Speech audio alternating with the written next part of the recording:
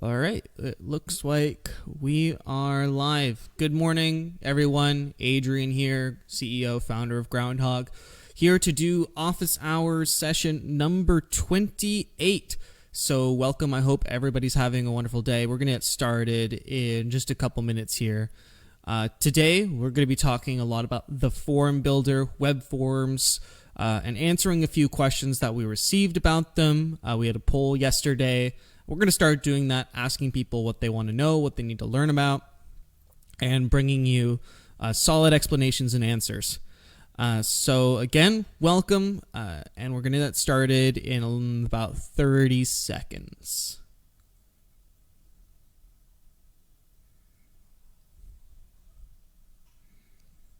So I hope everybody's having a wonderful day. If you're joining us on the call, why don't you just pop in a chat and let us know that you're here. I'd love to greet you by name, just to see who's attending with me, and hopefully we can have a little bit of a conversation.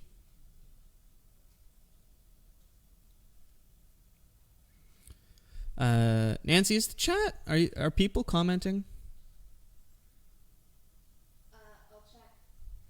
Because I think that my chat bar is not working again. Can you go ahead and just, before we get started, can you type in the chat and make sure it's working? It's working. Oh, okay. Yeah, we're good. All right. Awesome. Okay, so let's jump into it. So welcome, everybody. Today is February 11th. That should say 02. It says 20 there. I don't think there's a 20th month in a year, so it should say 02.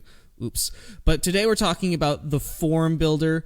We're going to be using web forms. I'm going to show you or answering a couple of questions that we received about the form builder, specifically how it works, where do you put them, and how do you integrate web forms with other third-party tools, are some of the questions that we received. And I think it would be worthwhile to talk a little bit about exactly how you use web forms effectively. So I see Thomas is with me and Maha is with me. Welcome, both of you. If you're joining us in the call, feel free to just pop in chat and say hi. I'd love to welcome you. And if you have any questions throughout the call while we answer these questions, I will be happy to answer them live while we're here together and participating. So if you have a question, do not hesitate. Put it in the comments of this live video. I have a feed in front of me, and I am able to read them as we move forward, and I will stop if the question needs to be answered right away. Okay. So if you have been using Groundhog for a while, you are probably familiar with a tool called the web form. Now, the web form is what we use to collect lead capture data. Lead capture data is very important. It allows us to send emails and build a list and generate revenue based on that contact information. 9 times out of 10, your contacts are coming through a web form. And we have a very specific benchmark in Groundhog available as part of the main core. It is called the web form step. If you go to add a step, and it's the second one right there, web form. In a web form, you essentially collect your pretty standard information, first name, last name, email address, and there's a whole bunch of other stuff that you can add. So our web form builder is a pretty standard basic form builder. It's no frills, as they say. We wanted to keep it extremely simple. There's a whole lot of other stuff going on in Groundhog as it is, so we decided to keep the form builder as low level as humanly possible. And I will talk about, if you're not satisfied with the form builder, then we do have other integrations with many of WordPress's most popular form builders. And I will talk later, maybe at the end of the session, more about those and how those work. But for the majority, we're going to talk about our standard no-frills kind of get-it-done editor. So the first thing we're going to talk about is actually building a web form, adding fields, and all this good stuff. So at the bottom, well, at the top, you have all of your embed options. We're going to talk about those in a sec. We have a couple options here. So there's 2 options to submit a web form via Ajax, which I'll explain in a moment, and the standard kind of just post request. Again, little techie jargon. We're going to get to that in a minute. You have your thank you page. So this is where people are directed following a submission of a web form. And then we have the actual builder, which is this text area at the bottom. So when you're adding fields to a form, I usually only ever collect first name, last name, and email address. I don't really bother with anything else except GDPR consent because that's important. And I'll talk about how to add that as well. But I would often recommend that you try and collect the absolute bare minimum as humanly possible, especially at the top of funnel. As soon as you start adding, like, I want to know your birthday and you're just requesting a lead magnet, not a good plan. Especially if it's like low level top of funnel for lead magnets, maybe like a free registration course or something like that. Bare minimum information only. Don't be shoving other stuff in here like name of firstborn child, okay? If you do find yourself, maybe you're in the middle of the funnel or you're at the bottom of your funnel, you're going to need to add some more information. The way that you do that is I'm going to add, for example, a birthday field here. I am just going to click enter, start editing the text as it is. It's short code powered, so all of these like bracket things are called short codes. I'm going to insert a row, which is the first button here. And I don't need any of that stuff, so I'm just going to click insert, and boom, it inserts a field into there. I'm going to add a column. I'm going to select the width of my column. I want it to be full width, so I'm going to select 1, insert field. And then inside that column, I'm going to insert my birthday field, which is right here. I'm going to set the birthday to required. I'm going to give it a label. Give it an asterisk to represent that it's required. Click insert. I can go ahead and save and update my funnel, and it'll actually format it nicely for me, which is really nice. And now if I go to preview that, by clicking the little preview button, it's going to show me that my form is all set up, that I have my email address, my birthday field, year, month, day, and a submit button, all hunky-dory, kind of neat. And that's pretty much as easy as it is to start adding fields to your form. If you are marketing to people in Europe like we are, then you need to collect GDPR consent, which is consent to essentially send marketing information to that person in the future. The way that you collect GDPR consent, and Groundhog comes with GDPR consent enabled by default, you add a row, you add your column, select the width of the column that you want, click insert, and there is a button just called GDPR, super easy to find there. You can add a label. You can actually leave that blank, but there you can put something along the lines of, please consent to receive marketing information. So whatever your consent message is there, you can choose to also add a tag if you want to tag people who have consented to GDPR, like maybe I want to add like a GDPR tag or something like that, and then go ahead and insert. So super easy stuff there, not too difficult at all. Go ahead and click update, and then we now have our GDPR consent box, which is super cool. If you have the GDPR consent features enabled in the settings, this will ensure that they can receive marketing information and all of that good stuff. All right, moving on. So that's how we start editing and adding stuff to forms and adding more fields.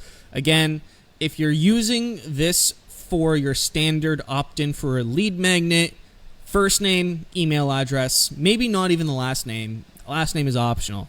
But no more than that, because you do not want to put any barriers in between them actually requesting your lead magnet. A little bit of marketing advice there. So moving up, we have our thank you page. This is where you set the era you want people to end when people sign up. Now, I recommend that you set this page to look something like this. Let's see. Groundhog. If you can spell it correctly. You think I'd spell it enough times. I cannot spend the word groundhog correctly anymore. I cannot spell it with one G, no matter how hard I try. I always have to go back and fix it like 17 times. And then we're going to go to thank you. I think that's the page. Hopefully. We'll find out. Yeah, great. So this is our like kind of generic thank you page. It says thank you for choosing Groundhog. You might want to change this to thank you for choosing your name here, or thank you for requesting X lead magnet. And then what you do is you explain a little bit about your business, maybe give them some next steps. But really what's important is this piece here. We highly recommend that you collect confirmation.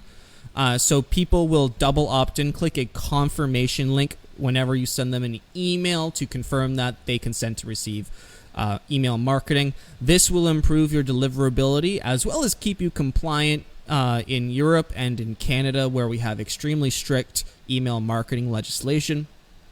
So you want to have something like this on your thank you page. Go to your inbox, open the confirmation email, click the confirmation link. And then maybe some next steps and some various other tools. So if you have this kind of thank you page, what you do is you just copy that link, go back to your lead magnet, and set the link there, just where in the thank you page. Super easy. Now, the alternative is if you're using this as like some sort of contact form, and you just have it on your contact page, and you're not necessarily using it or need to go to a thank you page for whatever reason, then you can optionally enable the submit via Ajax option. Now, what this will do is this will keep users on the page where they submitted the form without redirecting them anywhere. And you will be able to customize a thank you message here as well. The neat thing is that the thank you message actually supports replacement codes, so I can be like, thanks first, your submission has been received.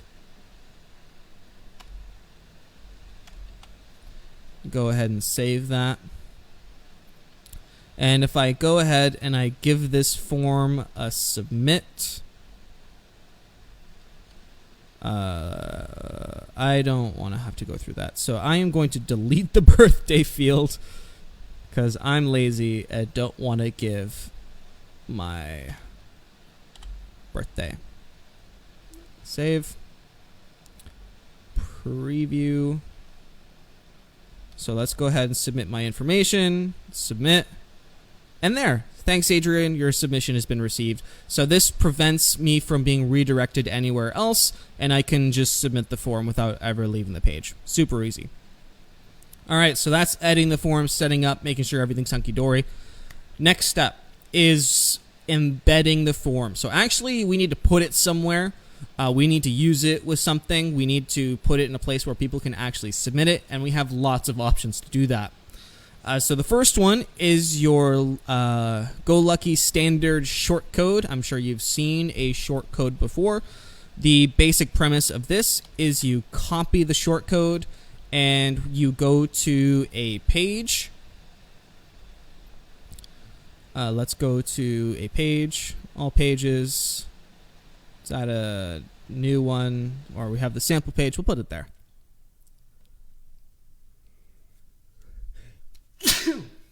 Excuse me. We can then add a shortcode block, because I'm using Gutenberg here. Shortcode, paste, and then update, preview. Boom, there's a form on the page using the shortcode. Super simple. You can also use the shortcode in widgets, which is useful if you're running a blog.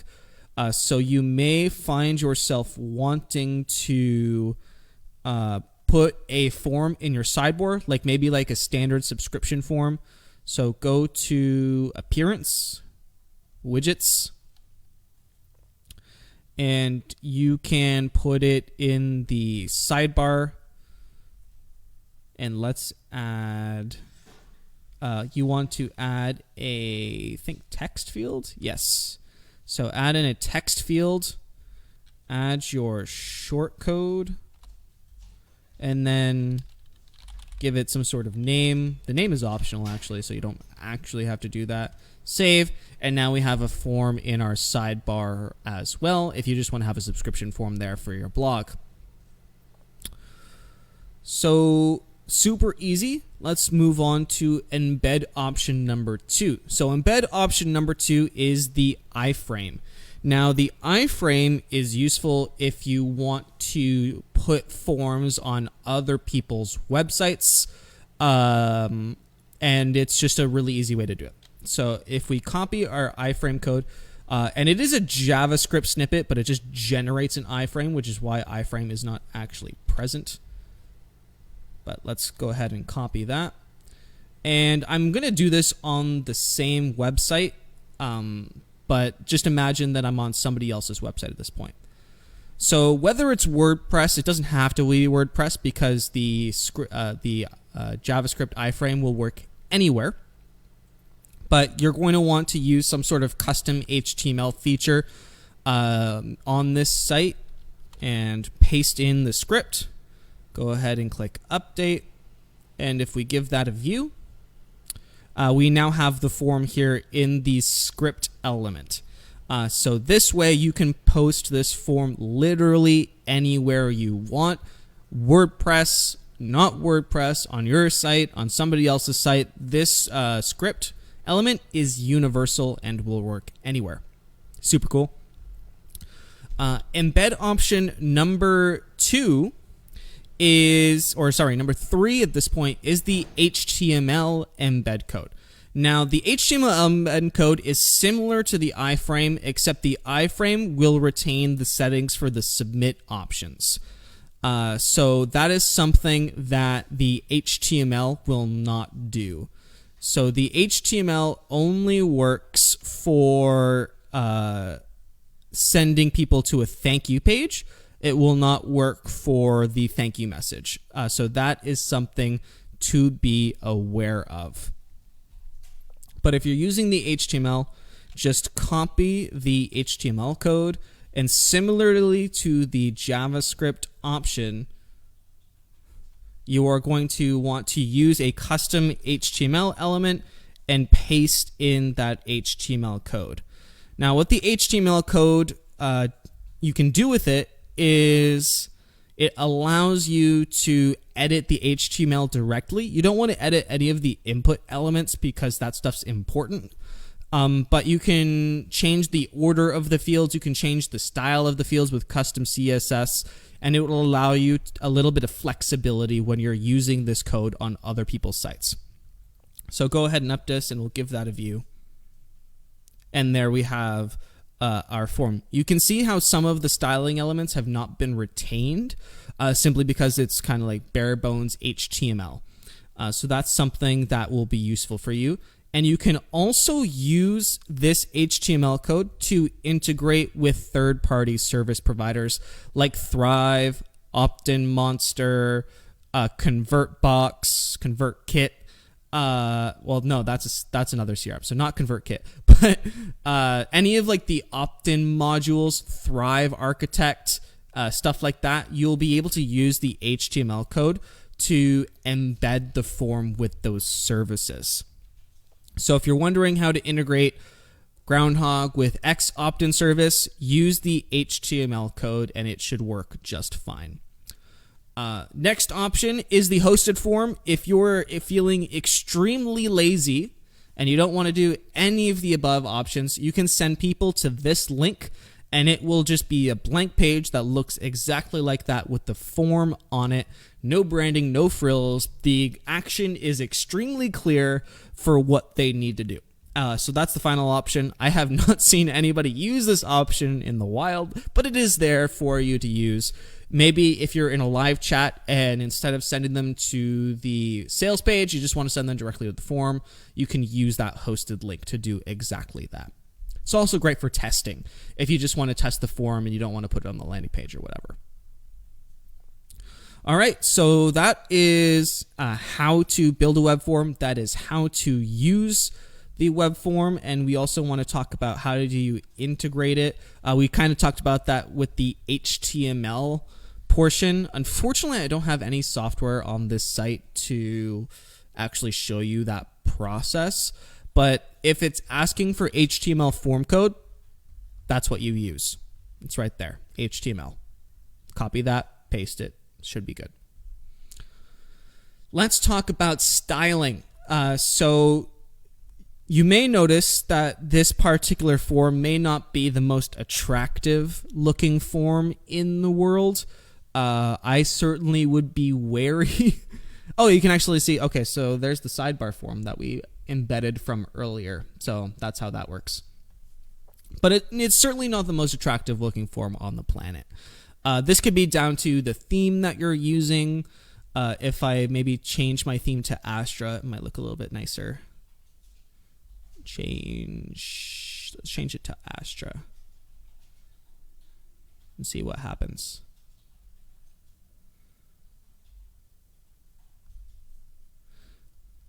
So it's a little bit different. But depending on your theme, the form will look different. And we want to make sure that your forms look nice. Forms looking nice are very, very, very important. So the way that we can change the look of the basic Groundhog Web Form is with a premium add-on that we supply. It's called the Form Styling Add-on.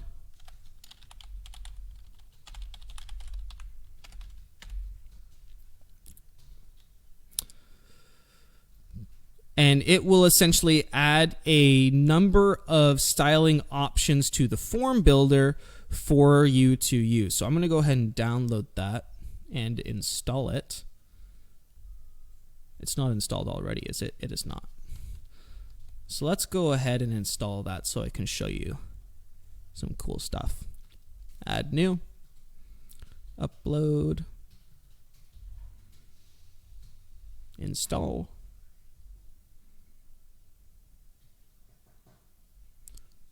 Activate, and we should be good to go if we give the funnel builder a refresh. There we go. So there's a number of new buttons at the bottom of the form builder, and essentially what it allows you to do is it allows you to just set colors and set CSS options to your form. So I want to change the color of my button to red. Just click the edit button style button. It's a lot of button in that same sentence. Change the background color. I'm going to change it to red. I'm going to change the border color to red as well. I'm going to change the font color to white, although I think it already is white. And then we have options for the hover color as well. So if you're hovering over the button, I'm not going to bother with that right now. But I'm going to make the button a little bit bigger by changing the text padding. So let's set it to like 25 pixels or something. And we'll change the font family. No, we're not going to do that. But let's change the font size to something ridiculous like 32 pixels. We'll set it to very bold. And I think we're good. So let's do that. Save. And we'll give it a preview. And we now have this ridiculously large looking button. Awesome. So you can change the button. You can change the labels, the radio buttons, the inputs. You can change a whole bunch of styling stuff using these options. The nice thing is that the styling will be applied to the hosted HTML and iframe codes, I believe. Yes? Let's find out. It should. Maybe I don't have the most recent update here. I'm going to find out.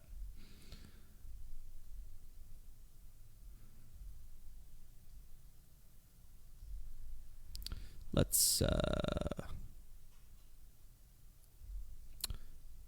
well, it should, but I don't know why it's not showing there. Anyway, where was I? Let's go back and edit the form. So it works for HTML, iframe, hosted, shortcode. The styling should show pretty much everywhere. And yeah, that's what's up with the form styling. And I do see a couple questions coming in, so let's take care of those before we move on to the alternate method of collecting lead capture data, which is with other people's forms. So Zane Winberg asks, speaking of Thrive Architect, Thrive Leads, any plans to integrate with Groundhog in the future? Right now I'm doing so with Zapier, which works but requires extra steps. Unfortunately, Thrive Architect does not provide any way for us to create an integration. Trust me, we looked into it. Their integrations for the form builder are completely closed and unaccessible via code. So you're going to have to request them to add an integration for us. There is a pending one that we put in for them a long time ago, but they're essentially just waiting for enough people to request for it. Otherwise, you're not going to see it. Options for using Groundhog with Thrive Architect. Using the embed or using the HTML integration option for the web forms, using the HTML code provided by Groundhog will work just fine. Option number 2, you can set Thrive Architect forms to create subscribers in your WordPress. The subscribers are meaning the actual users table, so you can add them as user subscribers. And when a subscriber is added to WordPress, a contact is automatically added to Groundhog. So that's option number 2. Option number 3, Zapier or some other extra steps. Unfortunately, it's out of our hands, Zane. I do wish that they would add it, but there's not much we can do. They will be adding Beaver Builder, though. Beaver Builder will be adding a Groundhog integration to their platform soon, so that's a win. So we'll no ETA specific on that, either this month or April is when that will be available. Raj asked, did I miss the quotes invoicing extension announcement? No. A quotes and invoicing extension is not currently under development. We simply set out some feelers to ask, is this something people will be interested in? But currently we don't actually have any plans to produce one yet, although we do see that it is coming highly requested.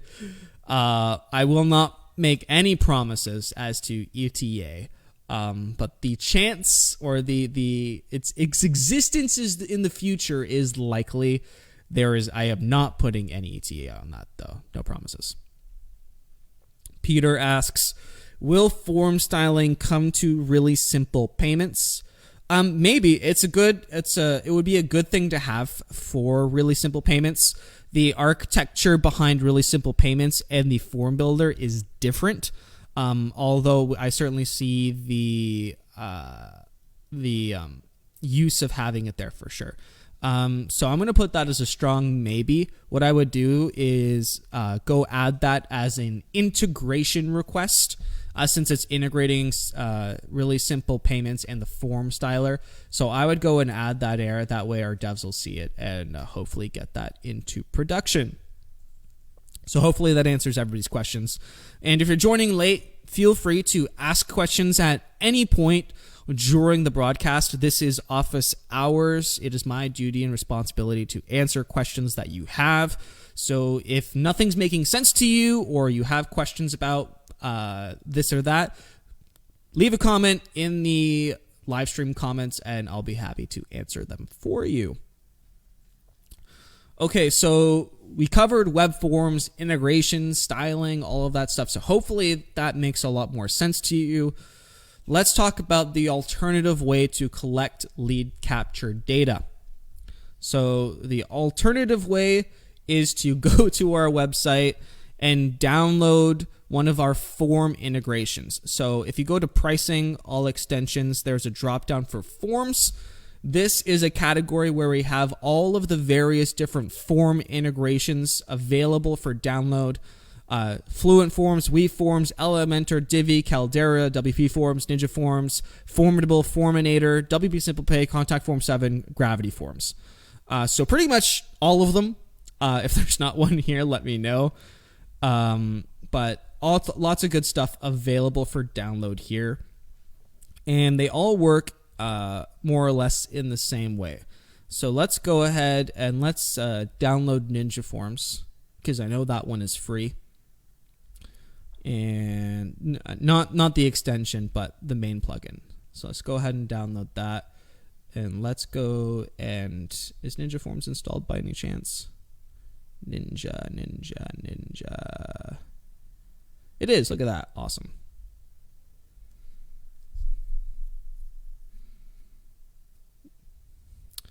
And what are the chances that the integration is already installed? No. All right. We'll have to add it. So add new. upload. Boom. Activate.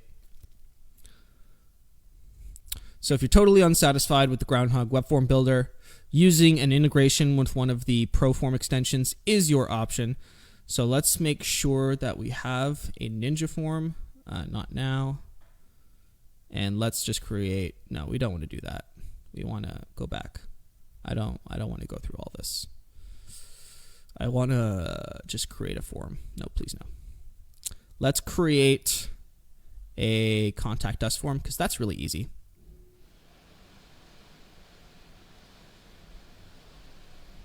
And we have some fields here, publish, great. So we have our contact form in Ninja Forms. So in Groundhog, to replace the web form with the form from Ninja Forms, you want to add a new step. And there should be a Ninja Forms benchmark. You can see it's down here. Just add that to the funnel. You can delete the web form. We have Ninja Forms. You want to select the web form that you would like to integrate with. And then once you've done that, click on Map Fields, and it will show you all of the fields that are in that form. And you can select how to map those fields to the contact fields in Groundhog. So I'm going to select name as the full name because it's both first and last. I'm going to select email address for the email field. I'm going to map the message to custom meta. And the submit button doesn't need to be mapped. Save changes and save. And that's how you can use an external form builder with Groundhog with the integration. Just add the benchmark, select the form, map the fields, and you're good to go. We have a couple questions. Thomas asks, can I change the wording of the confirmation link in the first email? The confirmation link replacement, I'd like to translate, confirm your email.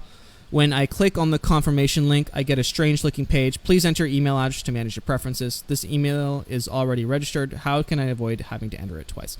Okay, so Thomas, if you're experiencing, let's answer your first question about the confirmation link. A little bit of a detour from the web forms here, so everybody pay attention.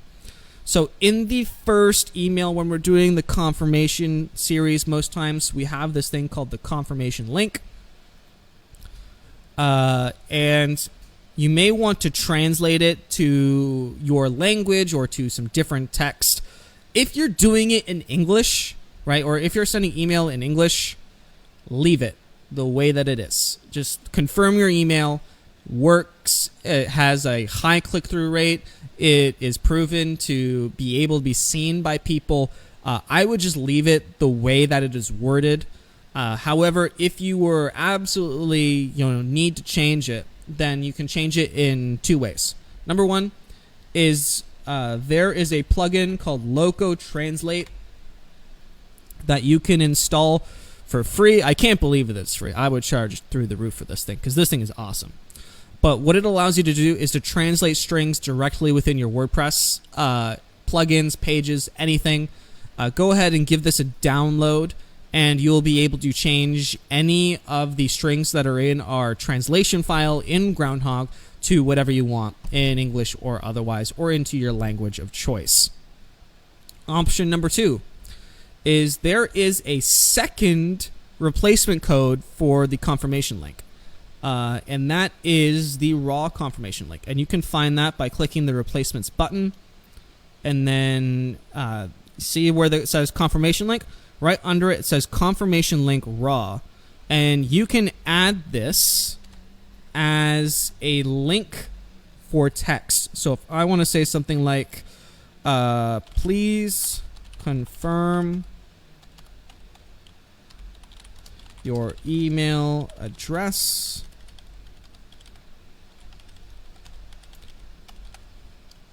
And I want to use that text, insert the link. And you can insert that raw replacement code, and it will just add the link to that text when it processes the replacements. You can also use that link in something like a button. So if I'm adding a button to my email and I want the button to be confirmed, I can do that as well. So super cool, really easy. So those are 2 options for you. Problem number 2, you are saying when I click the confirmation link, I get a strange looking page. Please enter your email address, etc. That probably means that you have some sort of caching going on your site. The preferences page is 100% dynamic and needs to be excluding from any caching that you have going on. All of the things that you need to exclude from cache are available. Go to developers, caching compatibility, and I'm just going to copy this link and paste it in the chat for you, Thomas. Boom. There you go. So you should get that link, and this will tell you all of the various different things that you need to exclude from your site for caching in order for the preferences page to work properly. If it still doesn't work after doing all of that, you can submit a ticket and we'll get you sorted out. I ran into this a couple days ago. It's because they were using Cloudflare, and you need to exclude the page from Cloudflare and a whole bunch of other stuff. The other reason it might not be working is because you do not actually have a contact record. So the way that the tracking cookie gets set is you need to have a contact record first. So if you want to, and I'd recommend that you do this. So if you're in Groundhog, go to Tools, and there is a tool called Sync Users and Contacts. If you're just installing Groundhog for the first time, you have a bunch of users, including yourself as an admin user, you're going to want to do this. Go to Sync Users and Contacts and click Start Sync. This will create a contact record for all of the user records in your WordPress website. So when you click the Confirm Your Email Address link, and you get taken to the email preferences page, everything will sync up properly, and it'll recognize your admin email as a contact and show you the appropriate information. Thing number 2 is there is an article on how to test your funnel, and I would recommend looking at this article as well. Uh-oh.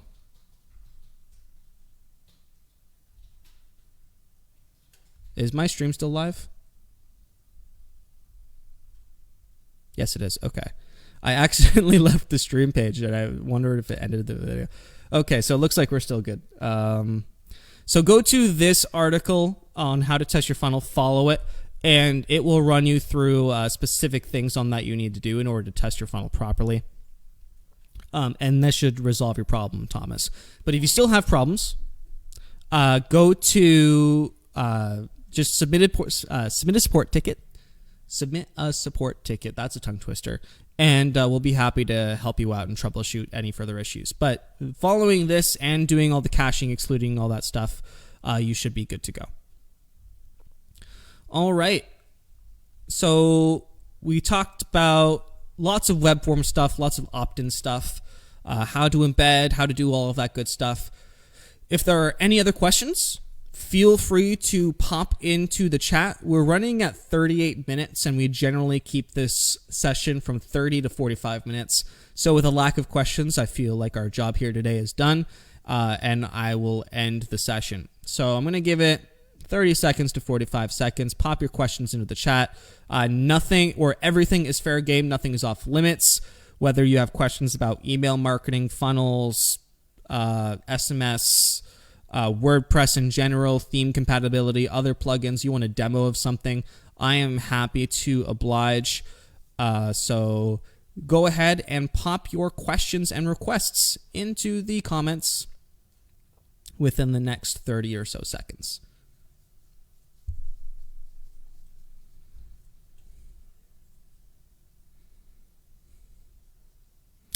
I really need to get some like Jeopardy music while I'm waiting for questions. Do do do do do do do. All right, it looks like everybody got what they were looking for, which is always awesome. Nancy is reminding me that I can touch on marketable versus unmarketable. Someone did request that, so I'll touch on that quickly before we end. So in Groundhog, contacts can have two different statuses. Or how do I? Is that where I want to start? All right. Well, let's first talk about opt-in status. So every contact has at least one opt-in status. They can be unconfirmed, confirmed. They can be subscribed weekly, monthly. They can be unsubscribed. They can be marked as spam, bounced, or complained.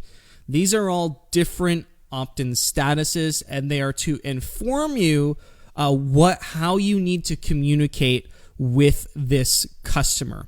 So if they're subscribed weekly, then they can receive emails at most once per week. If they're subscribed monthly, they can only receive emails monthly. Unsubscribed, you can't send them any emails. Spam, again, can't send them any emails, but not because they unsubscribe, but just because they're spam. Bounced, you attempted to send an email, but the email address was non-existent or was returned to us. And complained, either the ESP or the person marked your email as spam, and we've received that response and are marking that email as complained. So these are the various different opt-in statuses, and then we have, of course, unconfirmed and confirmed.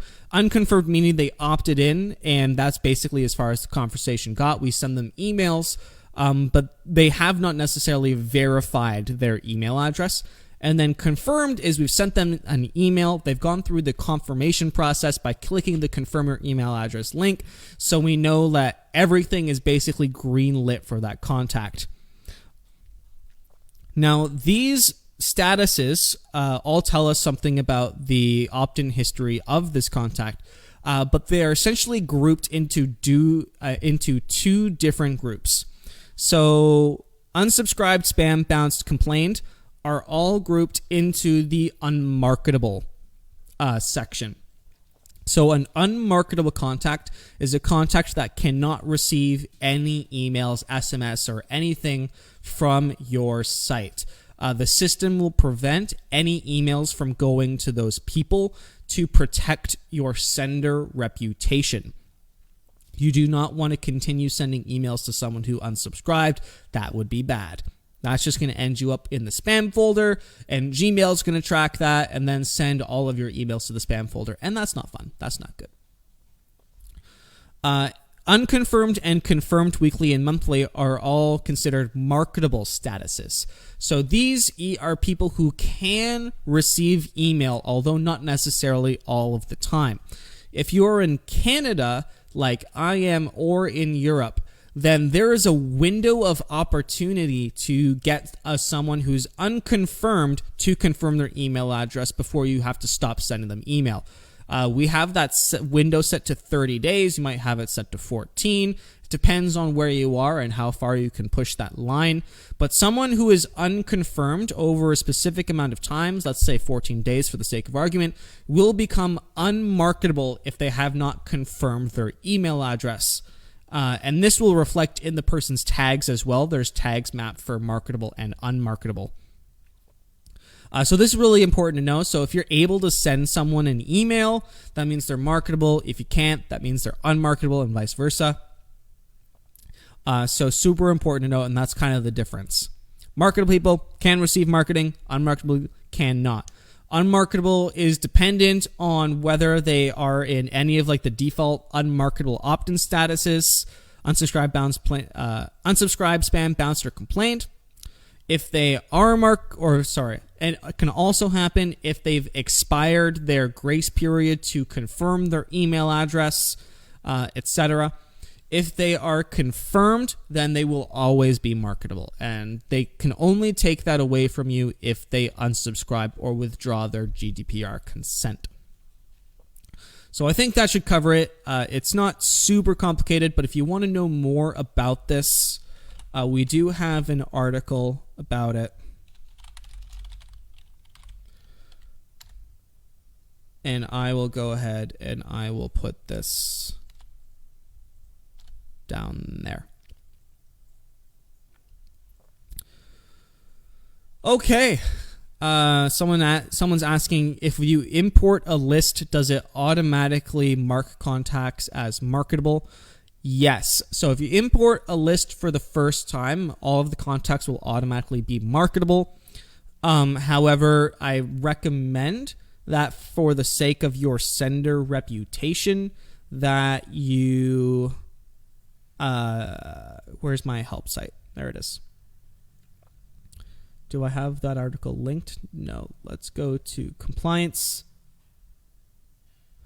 I highly recommend that if you're moving from another software, you import your contacts with their opt-in status already so that you don't run into any hiccups sending emails to people who were previously unsubscribed on your list. Okay, we are reaching the 45-minute mark. That is generally where we like to keep office hours to. So thank you, everybody, for participating. Thank you for everybody's questions. If you enjoy office hours and you've had a wonderful time and you've enjoyed the level of highly detailed information we provide, then please consider going to our WordPress.org repository listing, WordPress.org/plugins/Groundhog, and leaving us a 5-star review. Reviews allow us to grow our business, which allows us to create awesome tools, which we then give to you so you can grow your business. It's a very nice cyclical relationship. All right. Office hours will be 3 p.m. Eastern Standard Time next week. Everybody should have received an email with links to add that to your calendar. So go ahead and make sure that you book that in your calendar so you can return next week for whatever that topic of the week is. Again, 3 p.m. Eastern Standard Time. If you have any questions, feel free to continue posting them in the comments. They will be monitored after the termination of this broadcast. You can also reach us on Facebook and on Twitter at GroundhogWP, or you can send us an email, info@groundhog.io. Thank you. I hope everyone has had an informative session, and I will see everybody next week. Have a wonderful day.